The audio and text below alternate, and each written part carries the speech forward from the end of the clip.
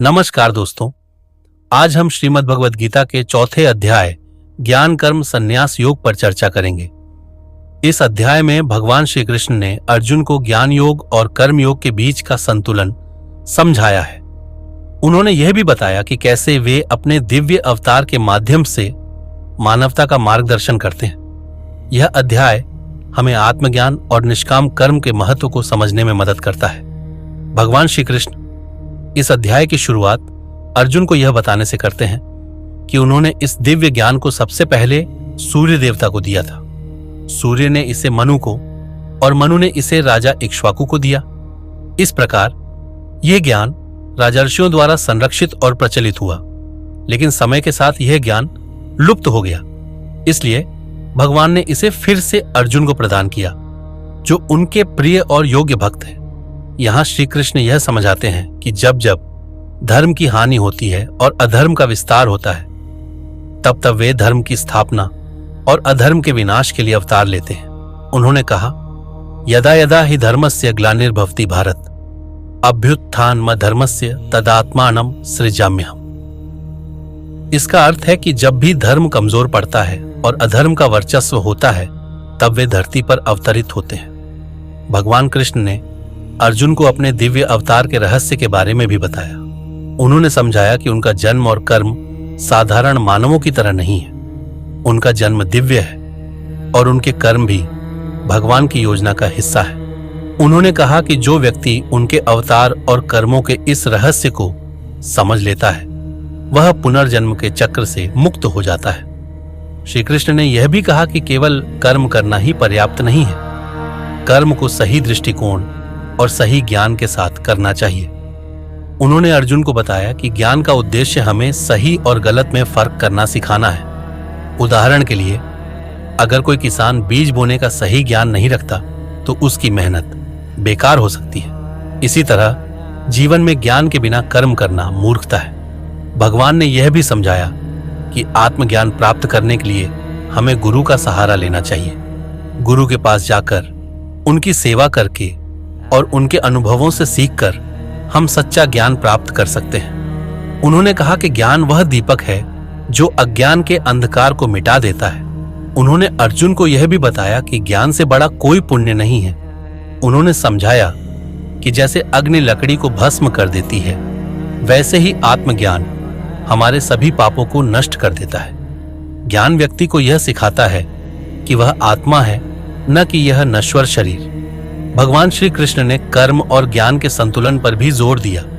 उन्होंने कहा कि केवल ज्ञान प्राप्त करना या केवल कर्म करना पर्याप्त नहीं है। जीवन को सही दिशा देने के लिए ज्ञान और कर्म का संयोजन आवश्यक है। उदाहरण के लिए, अगर कोई डॉक्टर केवल चिकित्सा के सिद्धांतों को जानता हो, लेकिन अपने ज्ञान का उपयोग रोगियों का इलाज करने में नहीं करता, तो उसका ज्ञान व्यर्थ है। श्री कृष्ण ने अर्जुन को यह भी बताया कि हर व्यक्ति को अपने स्वाभाविक कर्तव्यों का पालन करना चाहिए। उन्होंने यह स्पष्ट किया कि कर्म करते समय आसक्ति नहीं होनी चाहिए। उदाहरण के लिए, एक राजा का धर्म है कि वह प्रजा की रक्षा करे। अगर वह अपने कर्तव्यों का पालन नहीं करता तो प्रजा संकट में पड़ जाएगी। अध्याय में भगवान ने यज्ञ की महत्ता पर भी प्रकाश डाला। उन्होंने समझाया कि यज्ञ केवल हवन तक सीमित नहीं है। यज्ञ का अर्थ है अपने कर्मों को भगवान को समर्पित करना। उन्होंने कहा कि हर कर्म, चाहे वह खाना हो, पढ़ाई हो या समाज सेवा हो, अगर भगवान को समर्पित किया जाए तो वह यज्ञ बन जाता है। उन्होंने बताया कि ज्ञान, तप, दान और अपनी इंद्रियों को संयमित रखना भी यज्ञ है।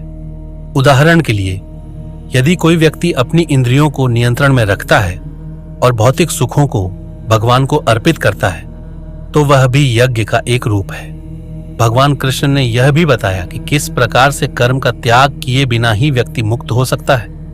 उन्होंने कहा कि त्याग का अर्थ यह नहीं है कि हम अपने कर्तव्यों को छोड़ दें। इसका अर्थ है कि हम फल की आसक्ति को छोड़ दें। भगवान ने कहा कि संदेह मनुष्य का सबसे बड़ा शत्रु है। जो व्यक्ति संदेह करता है, वह न तो इस लोक में सुखी रहता है और न ही परलोक में। अर्जुन को संदेह त्यागने और अपने कर्तव्यों पर ध्यान केंद्रित करने के लिए प्रेरित किया गया। उदाहरण के लिए, एक नाविक अगर अपनी दिशा को लेकर संदेह में रहेगा तो वह कभी अपने गंतव्य तक नहीं पहुंच पाएगा। कृष्ण ने बताया कि सांसारिक कर्म को भी यदि भगवान को समर्पित करके किया जाए तो वह आध्यात्मिक बन जाता है। यह दृष्टिकोण व्यक्ति को बंधनों से मुक्त करता है।